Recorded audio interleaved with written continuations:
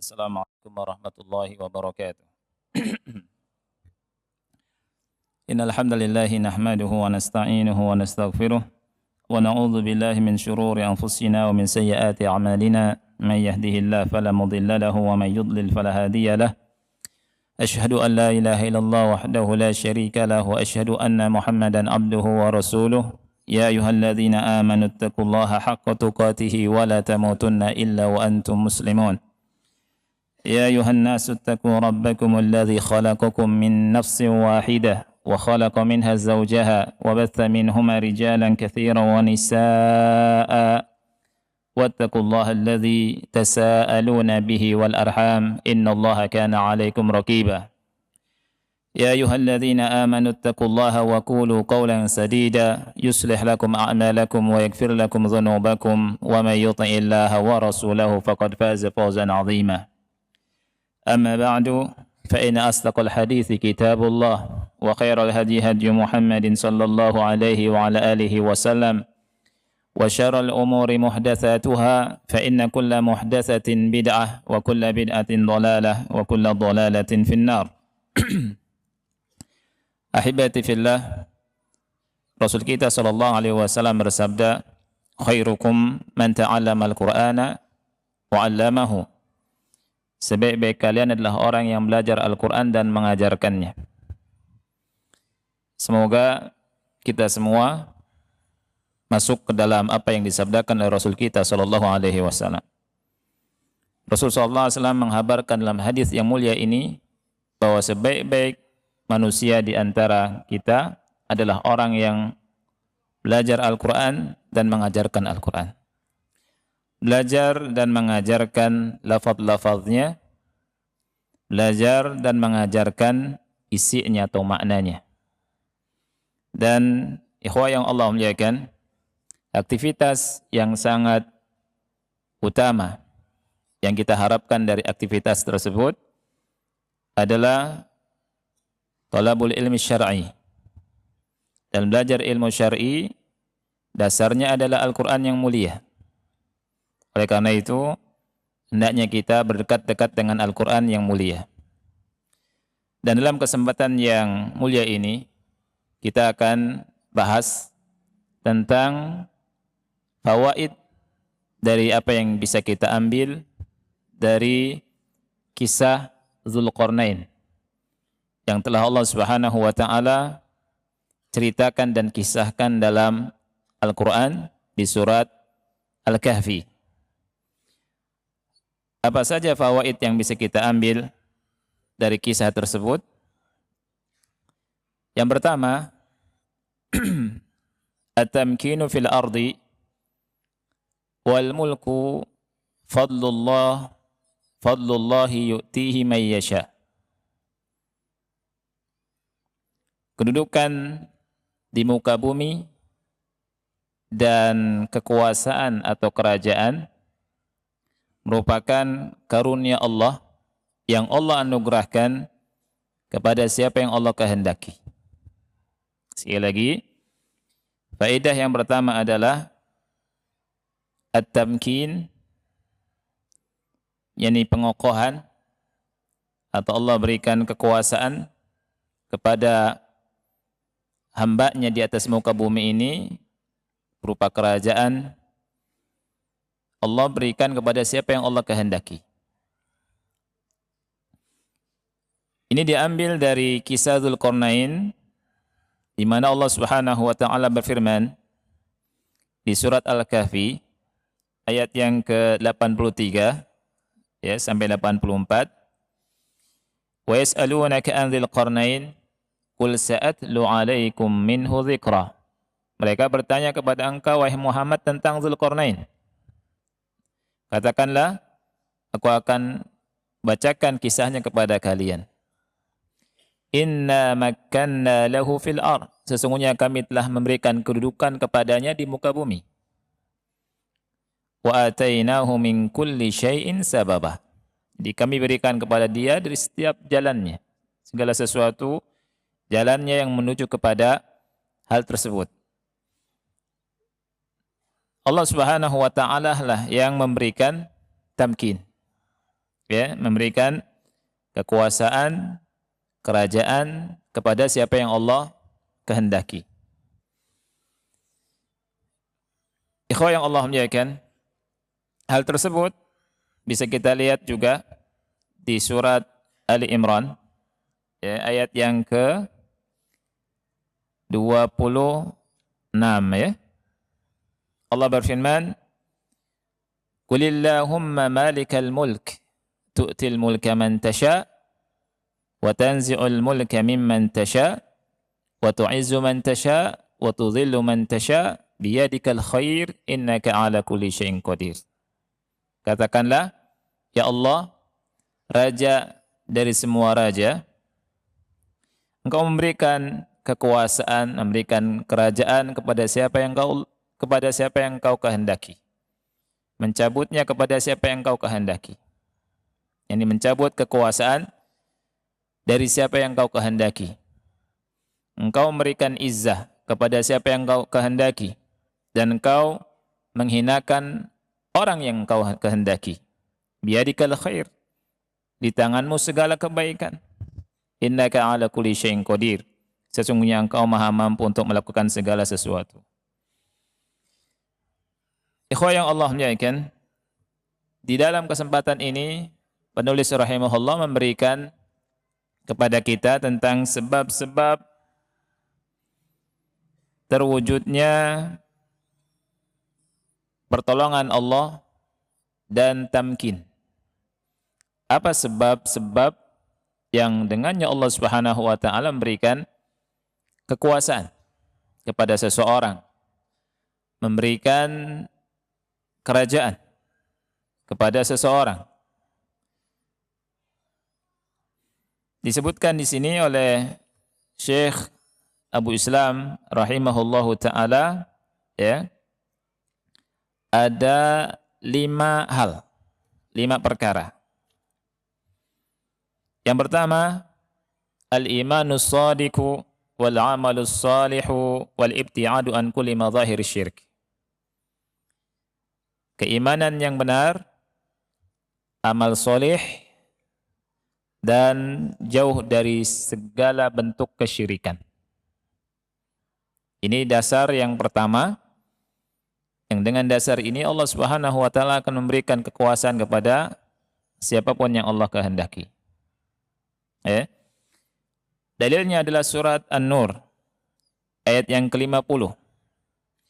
Allah Subhanahu wa taala berfirman, wa'adallahu alladhina amanu minkum wa 'amilus shalihat.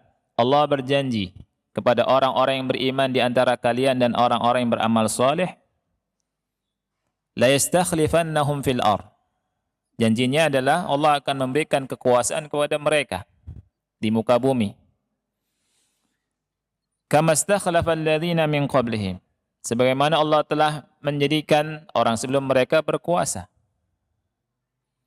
Wala yumakkinanna lahum dinahumul ladzi irtadha lahum, dan Allah Subhanahu wa taala akan mengokohkan agama mereka yang Allah ridhoi untuk mereka. Wala yubaddilannahum min ba'di khaufihim amna, dan Allah akan ganti rasa takut mereka dengan keamanan. Syaratnya apa? Disebutkan di ayat ini, ya'budunani la yusyrikuna bi syai'a. Mereka beribadah kepadaku semata, tidak berbuat syirik. Ini syaratnya. Ya. Beribadah, mentauhidkan Allah Subhanahu wa taala. Kemudian Allah berfirman, "Wa man kafara ba'da dzalika fa ulaika humul fasiqun." Dan barang siapa yang kufur setelah hal itu, maka mereka adalah orang-orang fasik. Ya. Jadi syaratnya ya'budunani la yusyrikuna bi syai'a. Hendaknya mereka beribadah kepadaku semata, tidak berbuat syirik. Bukan dengan macam-macam. Bukan dengan membentuk dan membuat kelompok tertentu. Ya, bukan dengan kampanye, bukan dengan ini itu. Tapi syarat yang Allah sebutkan untuk mendapatkan tamkin adalah at-tauhid. Ya'budunani la yusyrikuna bi syai'a. Kemudian dalil yang lain di surat Rum ayat ke-47. Allah berfirman, "Wa kana haqqan 'alaina nasrul mu'minin." Merupakan kewajiban atas kami menolong orang-orang yang beriman. Syaratnya apa? Beriman. Ya. Allah berfirman dalam surat Muhammad, "In tansurullaha yansurkum wa yutsabbit aqdamakum." Apabila kalian menolong Allah, Allah menolong kalian. Dan Allah Subhanahu wa taala akan mengokohkan kalian, menguatkan kalian, menguatkan kaki-kaki kalian. Di sini Allah Subhanahu wa taala sangat jelas, ikhwani fillah, berfirman, "In tansurullaha yansurkum." Jika kalian menolong Allah, Allah menolong kalian. Beberapa waktu yang lalu kita diributkan di media sosial, ada yang mengatakan Allah tidak butuh ditolong. Kalau Allah kami mah nggak dibutuh ditolong. Allah kalian butuh ditolong. Berdebat dalam masalah ini. Ya. Dua-duanya ada salahnya. Keliru. Ya. Yang satu mengatakan Allah nggak butuh ditolong. Yang satu mengatakan Allah harus ditolong. Tapi nggak ngerti bagaimana cara menolong Allah. Dalam surat Muhammad sangat jelas, ikhwani fillah, Allah mengatakan, "In tansurullaha yansurkum." Jika kalian menolong Allah, lihat, jika kalian menolong Allah, Allah menolong kalian. Ya. Yang jadi pertanyaan kita adalah bagaimana menolong Allah? Apa makna menolong Allah Subhanahu wa taala? Ini yang penting. Ulama berkata, menolong Allah itu adalah apa? Menolong Allah itu adalah dengan cara menegakkan agama Allah pada diri kita, pada keluarga kita, dan orang-orang di sekitar kita. Kemudian an-natamassak bi sunnati Rasulillah sallallahu alaihi wasallam. Kita berpegang teguh dengan sunnah Rasulullah sallallahu alaihi wasallam. Ini kata Abu Islam, kata ulama. Ini maksud dari menolong Allah. Dan perlu kita ketahui, ikhwani fillah, sunnatullah la tataghayyar.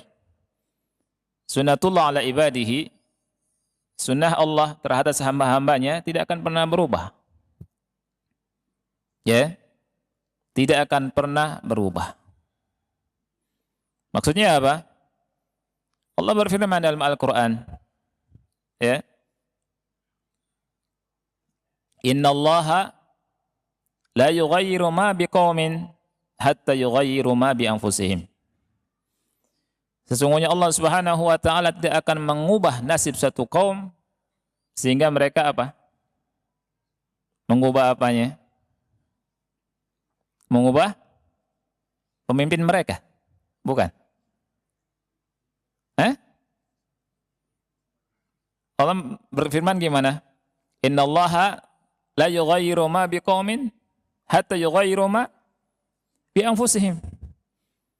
Allah Subhanahu wa taala tidak akan mengubah nasib suatu kaum sehingga mereka mengubah diri mereka sendiri. Ya.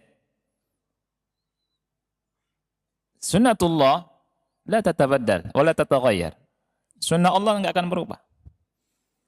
Selama kita belum mengubah diri kita, ya, selama kita jauh dari agama Allah, kemenangan itu jauh.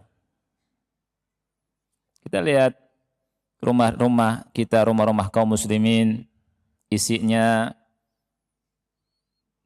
dipenuhi dengan hal-hal yang jauh dari agama. Pagi terdengar musik, dangdutan, sampai malam. Tidak terdengar Al-Quran. Gaya sebagian saudara kita bukannya mengikuti sunnah Rasul, gayanya bertasyabuh dengan orang-orang kufar. Dan tanggal ini, tanggal berapa? 14 Februari. Ajibnya banyak orang yang merayakan Valentine Day. Padahal ini budaya apa? Budaya kekufuran, budaya maksiat. Ya. Man tasyabbaha biqaumin fahuwa minhum. Kemudian riba di mana-mana. Riba jadi muamalah.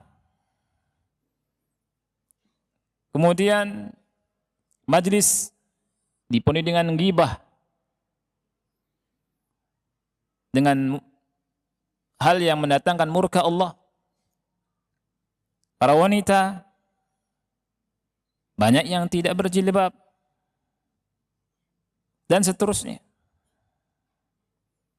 Allah berfirman, "Innallaha la yughayyiru ma biqaumin hatta yughayyiru ma bi anfusihim." Maksiat satu saja, ikhwani fillah, atau satu hal saja yang dilakukan oleh umat Islam menyelisihi perkara Rasul SAW, maka kaum muslimin tertimpa kekalahan.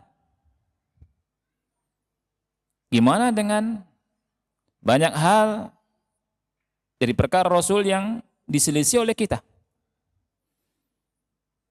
Allah berfirman tentang peperangan Uhud yang akhirnya kaum muslimin kalah, di awalnya menang. Kaum muslimin merasa heran.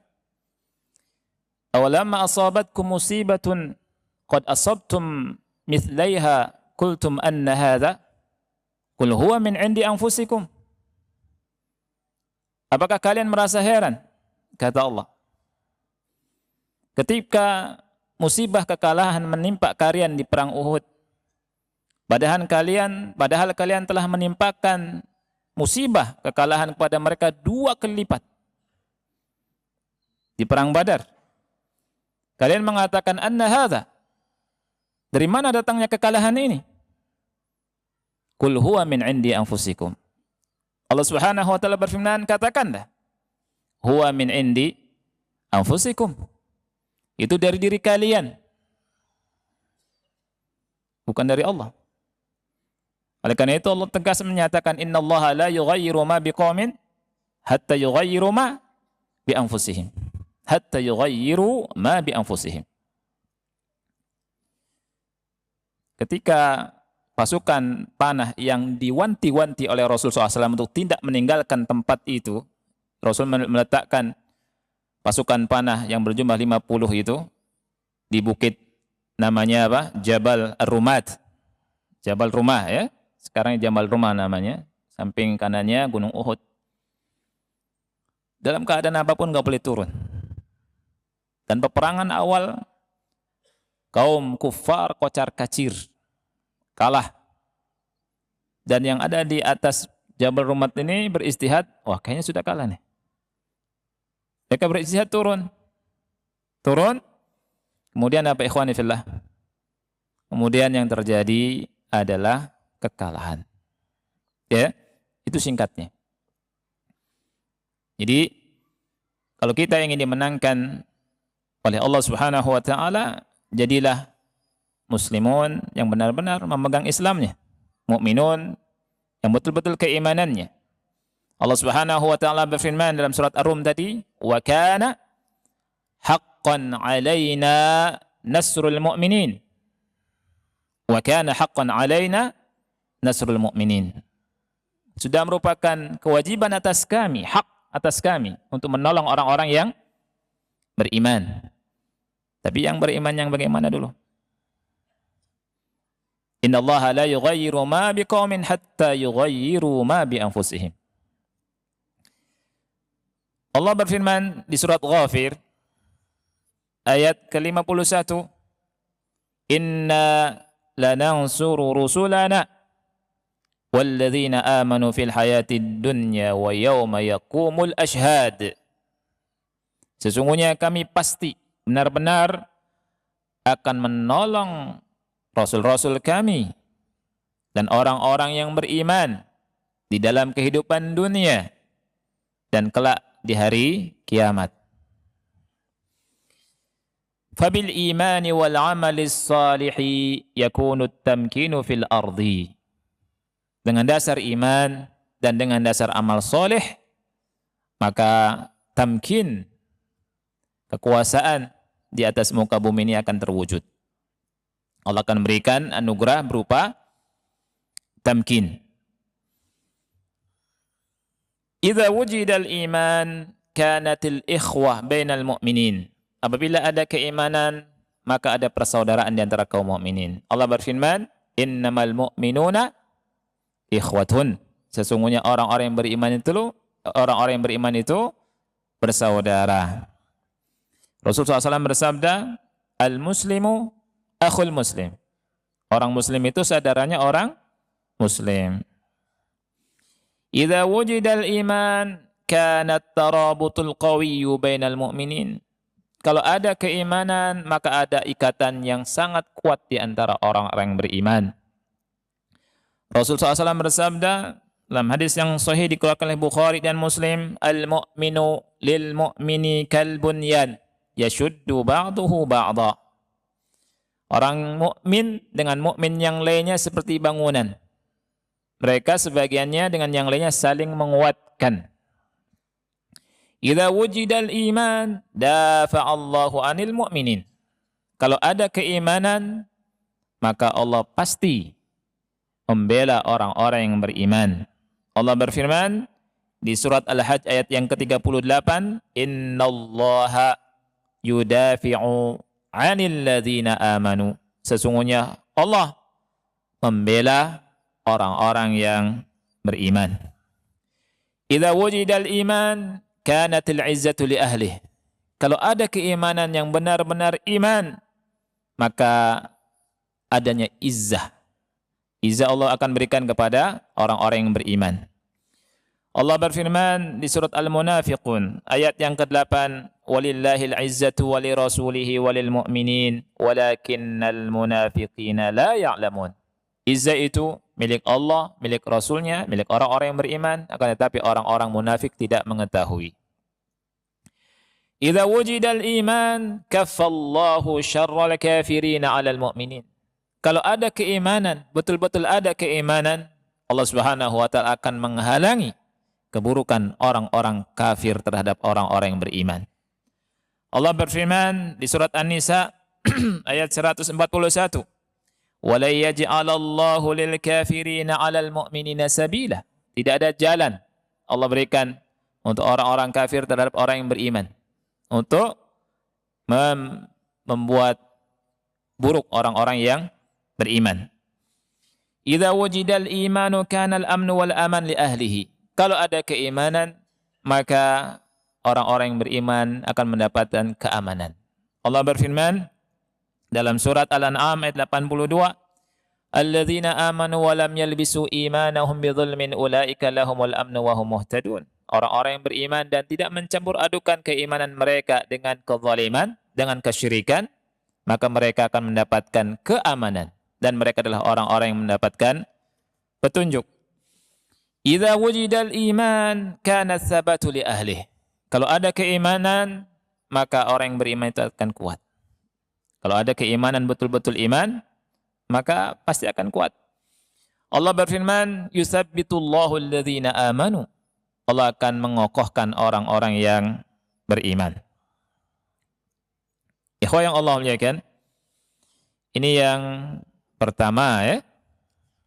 Yang pertama, sebab yang pertama adalah al-imanus shadiq wal amalu as-salih wal ibtiad anis syirik. Jadi beriman dengan keimanan yang benar, kemudian beramal soleh dan menjauhkan diri dari kesyirikan. Yang kedua,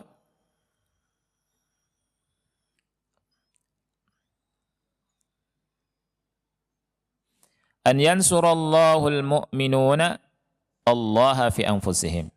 Hendaknya orang-orang yang beriman ya, menolong Allah fi anfusihim pada diri mereka.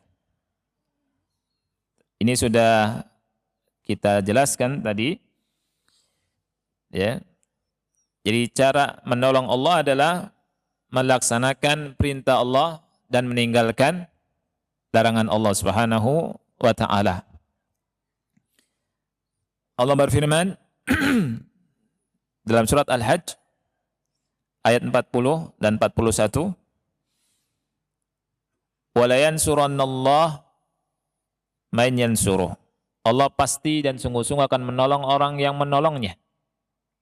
"Wala yansurannallahu man yansuruh." Allah pasti akan menolong orang yang menolongnya. "Innallaha laqawiyyun aziz." Sesungguhnya Allah Maha kuat lagi Maha perkasa. "Alladzina immakkannahum fil ardi aqamus salata wa atawuz zakata wa amaru bil ma'rufi wa nahaw 'anil munkar walillahi 'aqibatul umur." Siapa yang akan Allah tolong? Mereka adalah orang-orang yang apabila kami berikan tamkin di atas muka bumi, mereka menegakkan salat, menunaikan zakat, mereka menegakkan amar ma'ruf nahi mungkar, walillahi akibatul umur. Dan milik Allah lah akibat perkara yang baik. Ini yang kedua, sebab yang kedua. Sebab yang ketiga adalah at-tamassuku bi minhaji an-nubuwah. Berpegang teguh dengan minhajnya Nabi. Minhaj nubuwah. Berpegang teguh dengan minhajin nubuwah. Dalilnya adalah sebuah hadis yang hasan dikeluarkan oleh Imam Ahmad, ada di silsilah al-hadis sahihah nomor kelima. Rasulullah SAW bersabda, "Takunun nubuwatu fikum ma sya'allah an takun." Jadi akan ada masa kenabian di tengah-tengah kalian sesuai dengan apa yang Allah kehendaki. "Tsumma yarfa'uha Allahu idza syaa an yarfa'aha." Kemudian Allah angkat ya masa kenabian tersebut apabila Allah kehendaki untuk diangkatnya. "Tsumma takunu khilafatun ala minhajin nubuwah." Kemudian ada masa khilafah yang tegak di atas minhaj nubuwah. "Fatakunu ma syaa Allah an takun. Tsumma yarfa'uha in sya'an yarfa'aha." Kemudian kalau Allah kehendaki Allah angkat. "Tsumma takunu mulkan 'adha." Kemudian akan ada masa kerajaan yang menggigit. Ya, setelah khilafah, masa raja-raja. Ya, yang menggigit. "Fayakunu ma syaa Allah an takun, tsumma yarfa'uha idza syaa Allahu an yarfa'aha." Ya, masa tersebut apabila Allah Subhanahu wa taala kehendaki untuk diangkat, Allah angkat. "Tsumma takunu mulkan jabariyan." Kemudian muncul masa kerajaan yang sombong. "Fatakunu ma syaa Allah an takun, tsumma yarfa'uha idza syaa'a an yarfa'aha."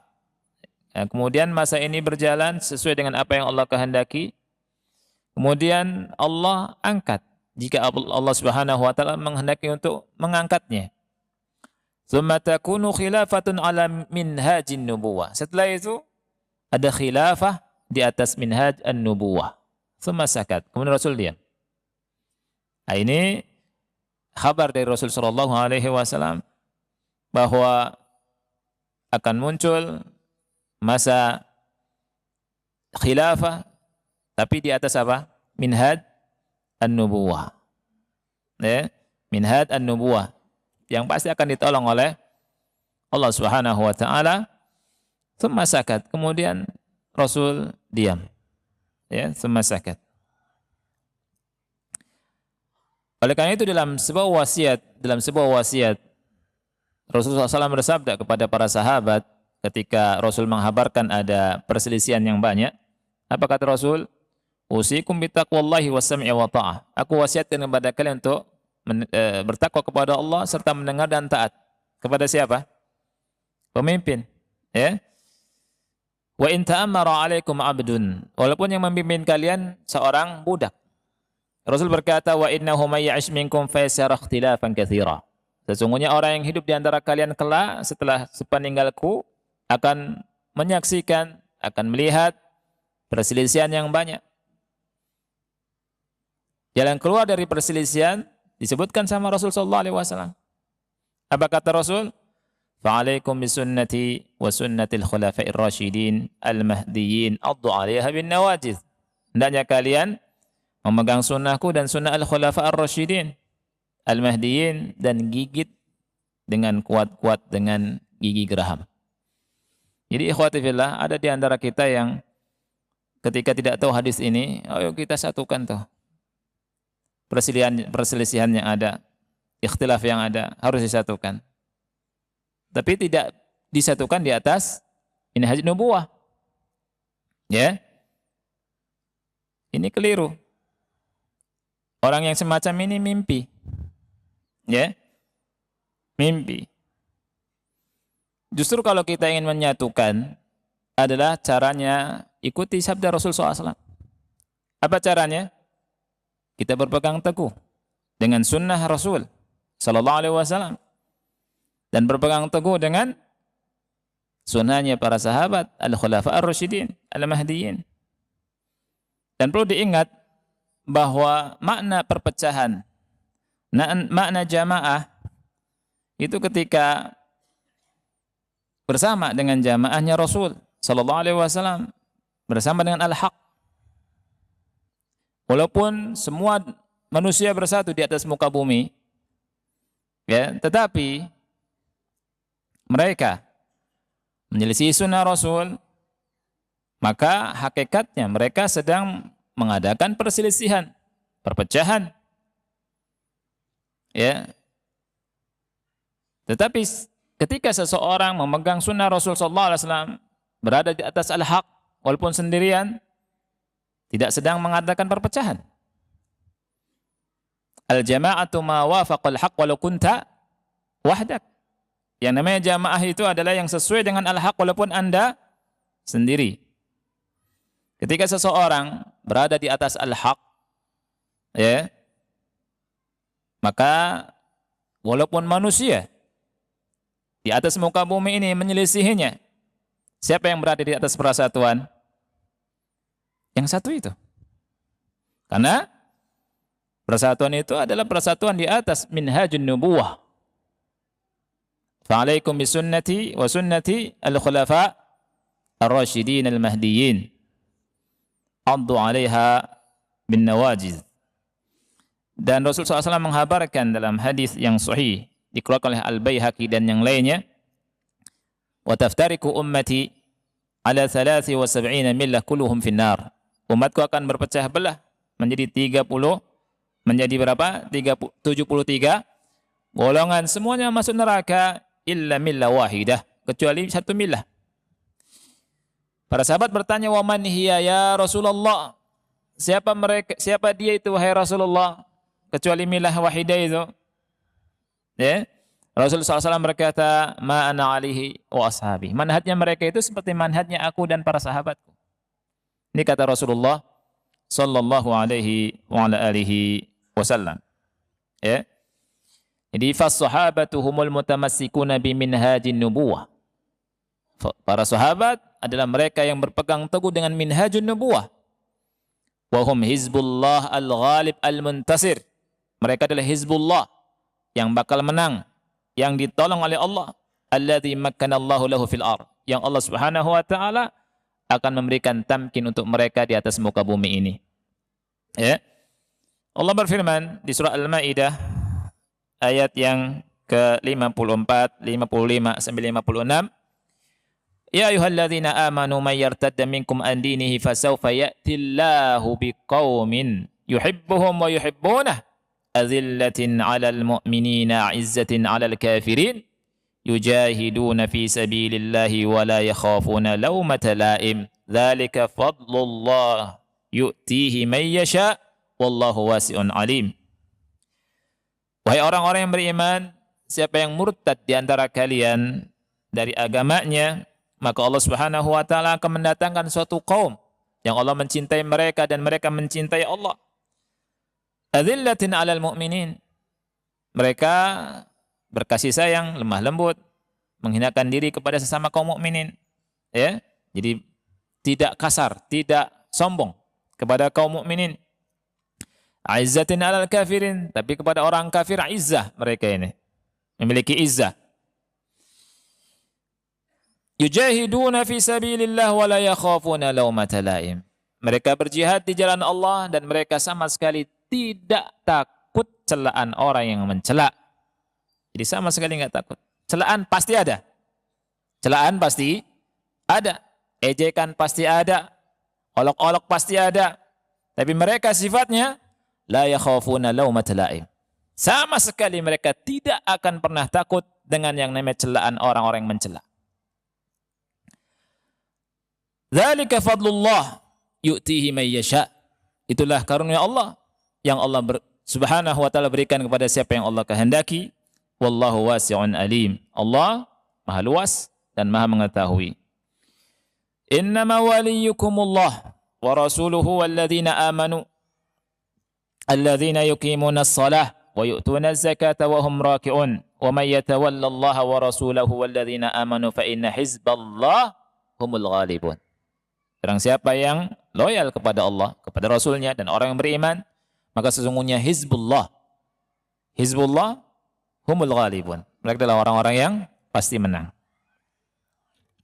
Jadi di antara sebab mendatangkan tamkin dari Allah adalah yang kedua apa? At-tamassuku biminhaji an-nubuwah. Berpegang teguh dengan manhaj Nabi. Berpegang teguh dengan manhaj salaf. Imam Malik rahimahullah pernah berkata, "Lan yasluha akhiru hadhil umma illa bima saluha bihi awaluha." Tidak akan baik generasi akhir umat ini kecuali dengan apa-apa yang sudah baik di generasi awalnya. Ini kata Imam Malik rahimahullah.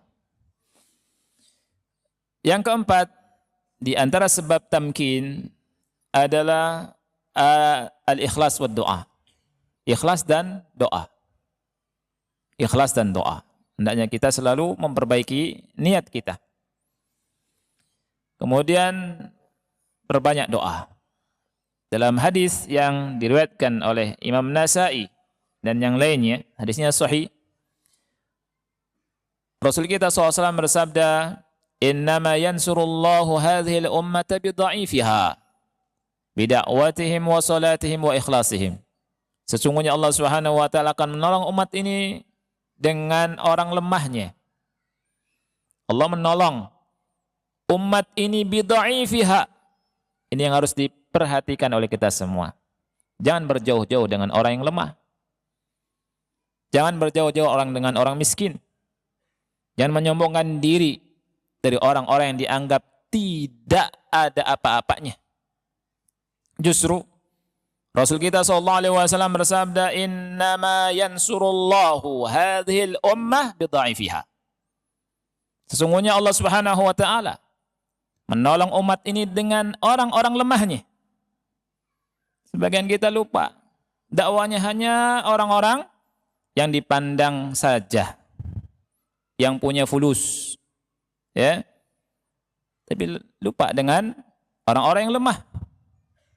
Ya. Padahal Allah berfirman, "Innama yansurullah hadhil ummah bidha'ifiha." Sesungguhnya Allah Subhanahu wa taala menolong umat ini dengan orang lemahnya. Karena apa? Bida'watihim wa salatihim wa ikhlasihim. Karena dengan doanya mereka, dengan salatnya mereka, dan dengan keikhlasan mereka. Subhanallah. Orang lemah, orang miskin, yang kadang tidak dianggap, ya, dianggap dengan mata sebelah saja, justru umat dimenangkan dengan mereka. Sunnah dimenangkan oleh mereka. Siapa yang enggak peduli ketika dengar bahwa jenggot ini sunnah, langsung praktek sunnah. Enggak peduli.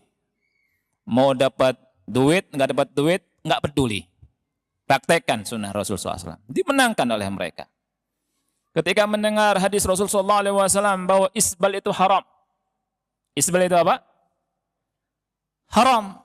Langsung angkat pakaiannya di atas mata kaki. Nggak mikir nanti dikeluarkan nggak dari kerjaan nih.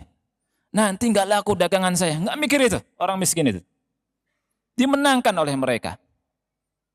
dengan dakwah mereka, dengan doa mereka, dengan keikhlasan mereka, ya, dan dengan salat mereka. Sunnah-sunnah nampak pada diri-diri mereka. Kemenangan bukan ini?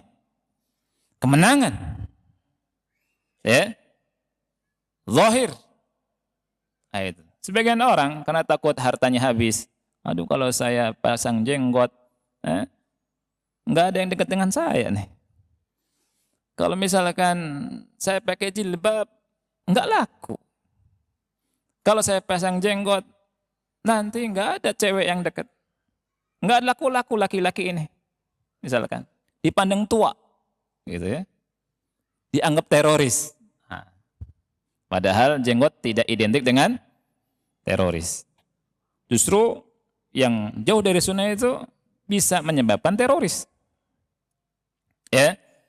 Karena sunnah ini ikhwan fillah, sunnah ini pertengahan. Tidak berlebihan, tidak berkurang-kurang. Ketika kita kembali kepada sunnah Rasulullah SAW, maka kita keluar dari sifat ekstrim. Abadan. Sunnah itu pertengahan, adil. Apa dalilnya? Banyak dalilnya. Bahwa sunnah ini pertengahan. Antara ekstrim dan berkurang-kurang. Pertengahan sunnah itu.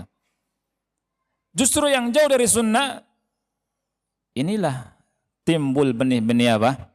Ekstrim, teroris, dan seterusnya. Karena jauh dari sunnah Rasulullah SAW. Orang yang megang sunnah, adil. Dari sisi akidahnya, dari sisi ibadahnya, dari sisi muamalahnya, dan seterusnya. Itu. Antum ingat hadis Anas bin Malik yang 3 sahabat datang ke rumah istri-istri Rasulullah SAW menanyakan ibadah Rasulullah SAW. Ketika dikhabarkan ka'annahum taqalluha, seakan-akan mereka apa? Menganggapnya sedikit. Kemudian mereka bilang, di mana kami dari kedudukan Rasulullah SAW? Rasul sudah diampuni dosanya baik yang telah lalu dan akan datang. Kemudian salah satu mereka berkata apa? Saya akan sholat malam terus, nggak tidur-tidur. Satunya saya akan puasa terus, nggak buka-buka. Satunya saya akan menjauhi perempuan, tidak akan menikah. Ketika Rasul SAW mendengar ini, Rasul nggak mengatakan, oh jempol, Masya Allah ibadah. Enggak. Rasul berkata, antumul ladzina qultum kadza wa kadza. Kaliankah yang mengatakan demikian dan demikian? Ama Allah, kata Rasul, demi Allah. Inilah akhsyakum lillahi wa atqakum lah. Aku paling takut kepada Allah dan paling bertakwa kepada Allah daripada kalian semua. Akan tetapi, kata Rasul, aku sholat malam, aku tidur, aku puasa, aku buka.